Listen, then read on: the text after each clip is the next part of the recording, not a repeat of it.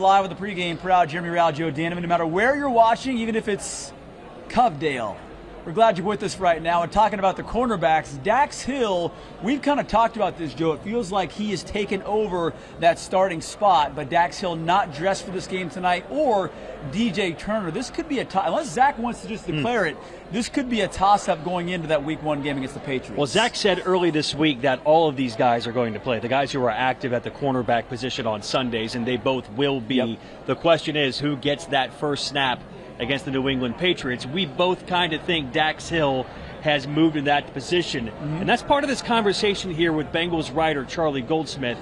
He'll talk about that when he talks about some of the training camp MVPs. But let's start the conversation with Charlie on how comfortable Bengals fans should be that Joe Burrow is ready to be his normal self Week 1 against New England. I remember kind of the first week of training camp, he threw kind of an out route to Trenton Irwin between the linebacker and the safety. And I asked Dan Pitcher about it, and he goes, we're good. That's it.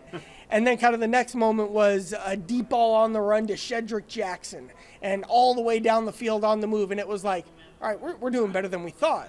And then the day where all the fights happen, the fact that Ted Karras, after he gets punched, goes, hey, Joe, can you throw a touchdown for me?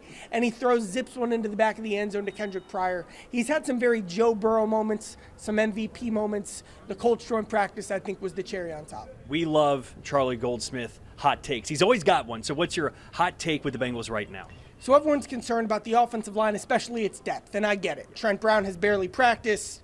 He hasn't quite shown and looked the part of the Pro Bowl caliber tape that he has put out there. But when you look around the division, I would still take the Bengals' current offensive line over any other offensive line in the AFC North. Look at Baltimore. Their center, their star, is hurt. Their left tackle is injury prone. They've got 2 day 2 picks starting at guard who haven't had a good camp. That's like being like a young Cody Ford at guard with where they're at on their depth chart.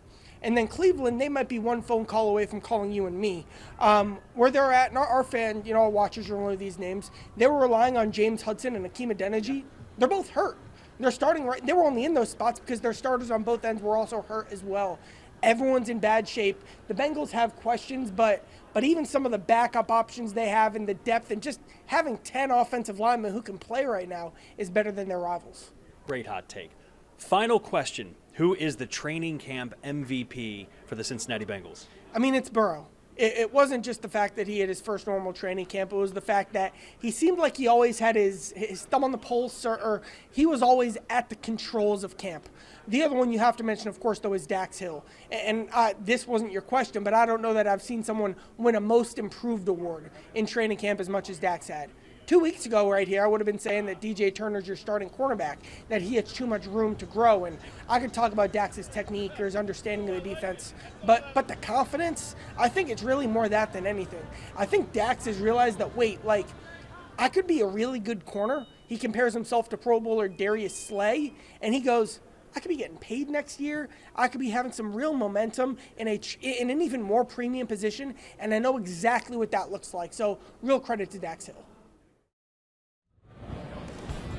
Getting closer to kickoff here on Fox 19 now. Bengals and Colts. We just saw NBA guard Mike Conley Jr. on the sidelines, former Buckeye, rocking a Jamar Chase jersey here inside Paycor Stadium. Okay, we are not done. Long way to go still.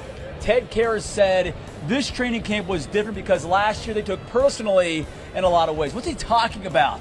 We are back live with that on the pregame crowd.